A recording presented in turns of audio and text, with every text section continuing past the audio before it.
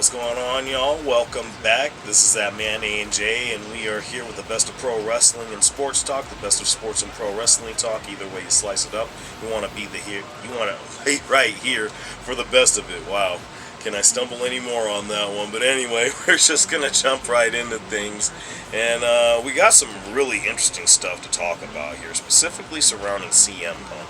Now, there was a report that came out yesterday that Punk was going to be taken off of TV, which head scratching, very, very head scratching. I'm not really sure how much validity there is to that, but maybe there might be something to it. We'll see. He opened Raw last night. I don't know any other way to say it. He opened Monday Night Raw last night and cut what, for my liking, this particular promo he cut put the pipe bomb to shame.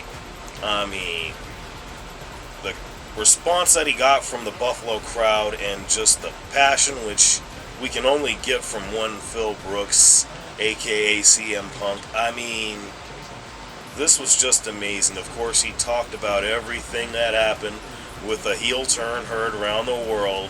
Just went all in, did just mock the whole goosebump thing that The Rock does. Just trashed him, telling him he doesn't care about the industry as much as he says he does.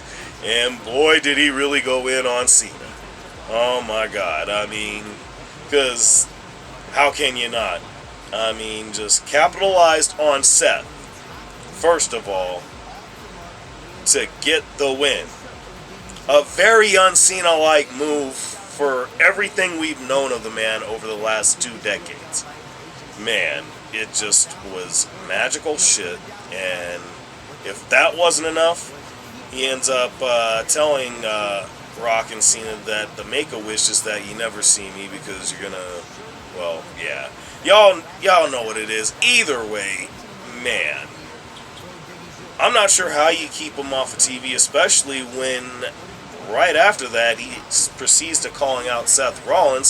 Seth's music hits, wastes no time getting out there, and of course Punk pretty much turns both the corners around the ring to the entrance, into the entrance alley, and of course is ready to meet Seth with a dead sprint, and they had to be separated multiple times throughout this segment, and had a later segment in the night where they had to be separated again when Kathy Kelly tried to interview Seth Rollins in the back, and they were both supposed to be leaving the building. Adam Pearce goes on, walks Seth out to his bus, and tells him that next week on Raw in Madison Square Garden we get in a steel cage match. CM Punk, Seth Rollins, finish it. Maybe that's where we get Punk written off of TV for a bit. I don't know, but there's no reason he shouldn't have his hand in the build for WrestleMania one way or another. Let's keep in mind, he still has that favor to cash in from Paul Heyman, so definitely something to be considered there. But man, oh God, amazing stuff. Why you would ever take him off TV, I don't know, but we'll see what happens. That being said, as far as seeing what happens, we gotta talk about Alexa Bliss real quick, y'all. I mean, man, this is apparently a proposed angle that really I didn't even take into consideration.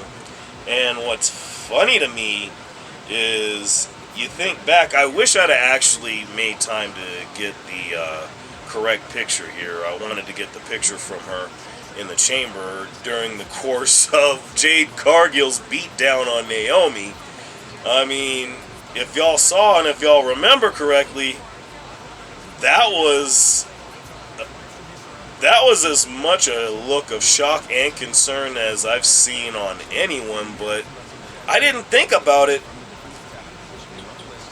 Alexa's look was really telling when you get to actually breaking it down. And of course, she's obviously been moved to SmackDown. Currently, Jade Cargill is a member of the SmackDown roster. There's also expectation, I guess if you want to say speculation more so, Alexa's going to be a part of the Wyatt Six at some point. There are also reports that Bo Dallas will be coming back from injury.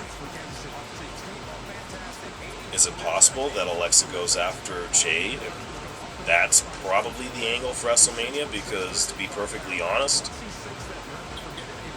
I feel like Naomi's pretty much in the same spot as Sami Zayn. She's definitely written off of TV and likely for a significant amount of time. I mean, I would think probably until way too close to WrestleMania to where maybe she shows up Mania night.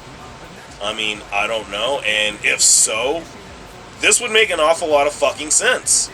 The more that I think about it, wow. Did I just fantasy book a low-key, like, killer angle for Mania? I mean, I had a little bit of help. I got a little bit of foundation from the news I heard about that, but let's think about that. You could set up a match for Alexa and Jade at Mania. Naomi comes through, costs Jade the match. Alexa wins.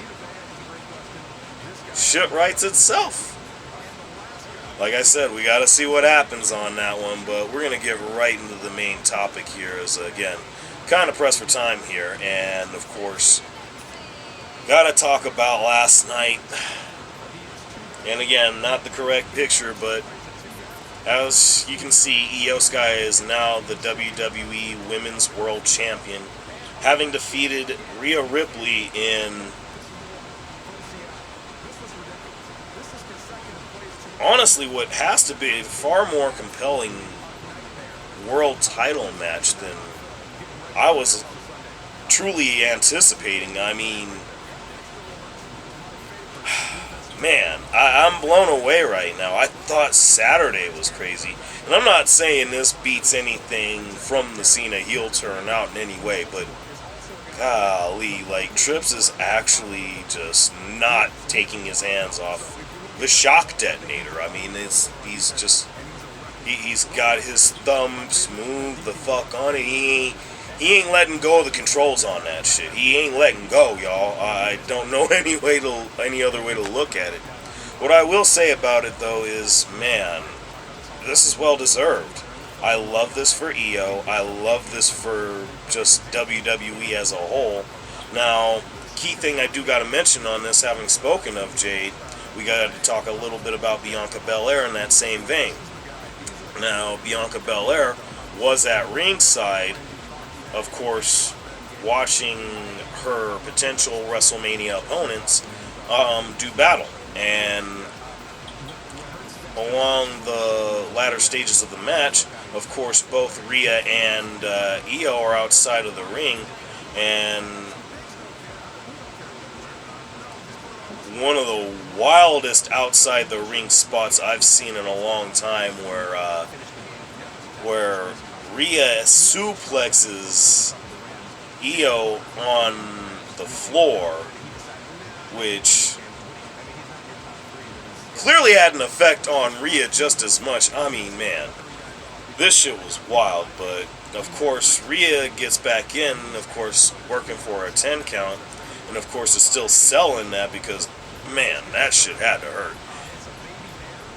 All of a sudden, you see Bianca, like, trying to rally Io and get her going. And then all of a sudden, Io beats the count. Rhea sees that, and she starts getting insecure, gets in Bianca's face. They have a shoving match. Jessica Carr pulls up, is like, no, Bianca, sit your ass the fuck down. You, Rhea, get your ass back in the ring, finish this match. And just laid down laws. We got to talk about Jessica Carr at some point here in the coming days for a specific reason, but I'm not going to go too much into that right now.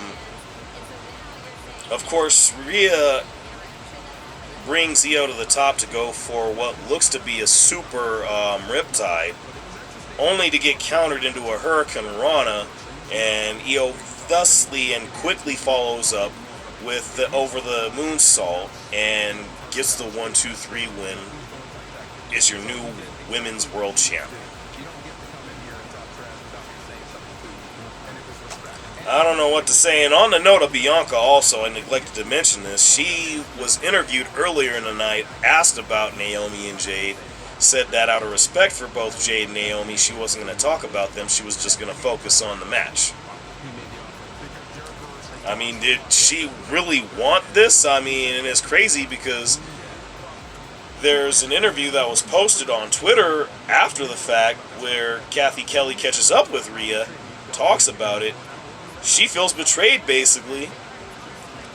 And, of course, ultimately feels isolated. Man, what are we about to get here, y'all? What the fuck are we about to get? I mean, man. I don't know what else to say. I don't know what else to say, so I'll leave it at that. Y'all know what it is. Let me know what y'all think. I mean, what a time to be alive in the world right now with sports and wrestling and sports. Jeez. Yeah. Y'all know what it is. Like, share, subscribe. Leave it down below. I'm out, y'all.